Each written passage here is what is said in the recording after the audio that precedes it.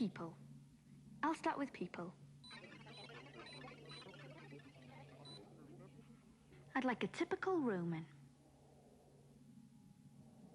Who'd have been a typical Roman? Select a piece of evidence. Build up a picture. Our Emperor's collection. The Emperor was right at the top, wasn't he? He was, right at the top, the supreme ruler of all the lands the Romans had conquered. To some, a god. Everywhere he went, everything he ate or said or did was recorded in some way. What's this? This is the Res Gestae, the record of what the Emperor Augustus did. He wrote it himself and had these tablets put all over the empire. Annos underiginti natus, exercitum privato consilio et privata.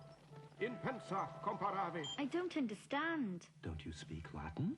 No. Oh, sorry. I, Augustus, freed the seas of piracy. At my command, 2 great armies conquered Ethiopia and Arabia.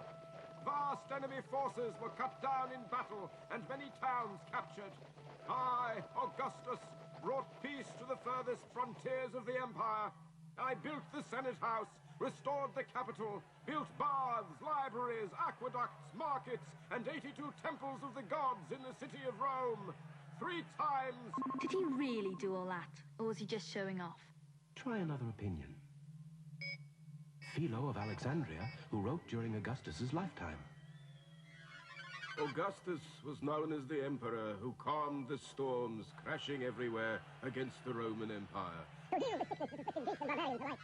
He cleared the seas of pirates and filled it with merchant ships, trading between nation and nation. He civilized the savage tribes and taught them to live together in peace. He protected the ordinary man and woman and kept the peace and was generous to all. It sounds... Too good to be true? I need more evidence. You can even select 2 things at once. See if they tell the same story. Okay. I'll take a text. And that. You couldn't see how small Augustus was until somebody tall stood next to him. It was said his body was spotty with birthmarks all over it and rough places, like ringworm, caused by his constant scratching. His left side, the hip and leg weren't strong, so he often limped, and his health generally wasn't good. Looks fine to me. But who's telling the truth? That's your problem. The sculptor who carved the statue of Augustus wouldn't have wanted to upset him. On the other hand, Suetonius was writing 100 years after Augustus died. But like so many Romans, there was nothing he liked better than a royal scandal. Caligula, I mean that business with the horse. Oh, there's a mad streak in that family. Took it to the Senate House, so they say, made it a senator. No. He did. He gave it a purple robe. Purple? The emperor's colour. Shocking. And what about Nero? What about Nero? Fixed his mother's bedroom ceiling. Well, that's kind. Nice boy. No, love, he fixed it. She's fast asleep and crash down it comes, and it's our dirty mother. No way to run an empire. No style, no panache. Now... Are those stories true? They are all genuine Roman rumors. They can't all have been that bad. No. 28 emperors over 400 years. Some good, some bad, some plain ordinary. And they had a difficult job holding the empire together. Trajan, for instance, fought alongside his army in Romania, and Hadrian spent most of his time working to build and defend the empire against attack. It was hard work, morning till night, day after day, with a million things to check and organize, and this was a few thousand years before computers. What's this? Nero's palace.